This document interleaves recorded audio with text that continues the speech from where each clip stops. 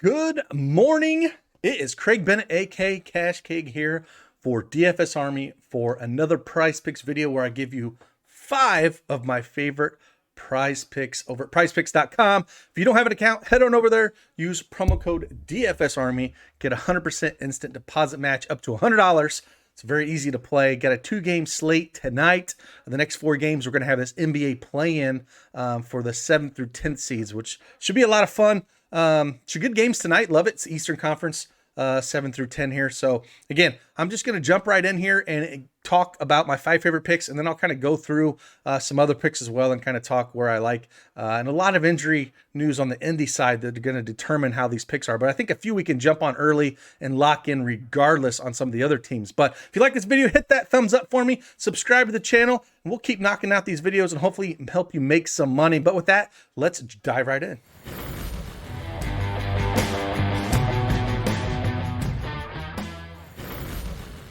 All right, as you can see, I have the prizepicks.com website open. They also do have a mobile app as well, both on App Store and Google Play. You can download a very nice, slick app to easily put your plays in. If you are busy on Tuesday, again, I think the first game starts at 6:30 Eastern Standard Time. But with prizepicks.com, you can enter your picks almost up till tip, 6:50 p.m. So it's kind of nice. Again, I'm going to talk about here. I got my 5 favorite up here, and then we'll kind of go through the other ones. My first pick is Peyton Pritchard under 18.5 fantasy points.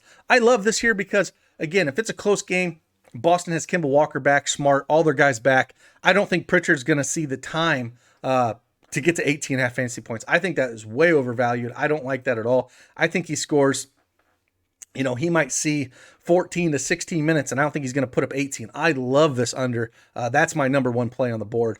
Number 2, I'm going to go. This really depends on what is going to go on with Brogdon here. Now, if Brogdon plays, I love the under on TJ McConnell at 27 fantasy points. I don't think he's going to get there and get the time to get there if Brogdon plays. So we're going to need this news on Brogdon. It's going to dictate all of these indie plays for me, because if Brogdon does play, I love this under. I would lock that in. If you think he has a chance of playing, jump on that now, because that line will move down. Because again, I don't think the minutes are going to be there. I think he's going to play maybe 20 to 22 minutes, and I don't think he gets there at all if Brogdon does play. Now, number 3 here is LeVert, 41.5. I'm kind of torn here because if Brogdon plays, it's going to hurt LeVert's upside a little bit, but I still think LeVert's going to be aggressive here. I still think that line is about right. If Brogdon is out, I would lock in the overs on LeVert and Sabonis. They're going to play all the minutes they can handle. But again, I wouldn't play the McConnell bet. If Brogdon is out, don't play the McConnell bet and put the overs on both Sabonis and LeVert. And that's just how I'm going to play this. So I'm sorry I can't give you, hey, this is what I'm going to do right now because of the injury news. We don't really know because they're questionable. Sabonis and Brogdon are both questionable. But if Brogdon does sit, I want the over on LeVert and Sabonis, and I don't want to touch McConnell because I think that line is about right. If Brogdon plays, then I love the under on McConnell. And then I think I would still be okay with the over on LeVert or Sabonis, one of the two, but not both of them. I think one of them gets there. Let's go to the next one. I think I'm going to go Marcus Smart over 29.5 fantasy points going up against Washington. One thing I love about this is, again, they should play all their stars here. We should see 34 to 36 minutes out of Smart. 29.5 fantasy points is a tad low, I think. I think it's about fair, but a tad low. One thing I love about it, it's similar scoring to FanDuel, where you get the 3 points for the blocks and steals. And with Washington, how fast they play, he could get quite a few of those and add up to fantasy points in a hurry. So I do like the over on Marcus Smart, 29.5 fantasy points. And then number 5 here is Devontae Graham over 25.5 points. If Brogdon plays, I think it's going to hurt LaMelo Ball or Rozier in terms of scoring. Brogdon is a good defender, and I think it's going to help the scoring more. Devontae Graham in that 2 role, whereas these other guys might struggle, and Devontae Graham will have to do more of the scoring. So I think that's where I'm going to lean, where I like Devontae Graham over 25.5 fantasy points. And again, if Brogdon is out, I don't mind taking a chance on the over on LaMelo Ball. Again, just one of those things where, it really hurts them defensively, and Indy's been really bad with Brogdon out defensively, so I don't mind even taking a chance on the over on him or Rozier. I don't think I would take both of them, but one of them. Miles Bridges is about right, but I would lean the over on him as well. PJ Washington, again, I've always said, bigs against Indy, especially athletic bigs, you can take a shot at them. So I would lean the over there, but no one that I really want to take a shot on. O'Shea Brissett, this is a tough one because if all these three Indy guys play, I love the under on him. So it's a very similar thing when it comes to TJ McConnell. If Brogdon plays, I want the under on Brissett and the under on TJ McConnell. I love him because I think McConnell might get you 22, 23 fantasy points. And I think O'Shea Brissett might get you only 20 fantasy points. He's still going to play minutes, but it all depends on what's going to go on with Brogdon here. So before we can really make a decision on that, we're going to need that. Coming down to Jalen McDaniels, 21, I would go the over on that. He plays pretty decent minutes, but no one that I think I love. Again, Doug McDermott. Again, this is another Brogdon play because when Brogdon plays and he's in that starting lineup, I think it's just going to hurt him a little bit in terms of the scoring that he's going to be needed. So this is one where if Brogdon is out, I like the over.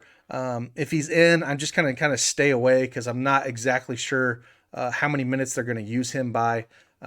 He could play less than 20 minutes, and I like the under a lot, I guess, if Brogdon's going to play. So, again, a lot of these Indy guys are overpriced if Brogdon does play. Like I said, Brissett, McDermott, McConnell, all would be unders for me if Brogdon plays. And luckily it's the first game, so if you want to wait on that news or if you want to take a shot on it and just go off, those three guys under, I love it. But that's where I lean.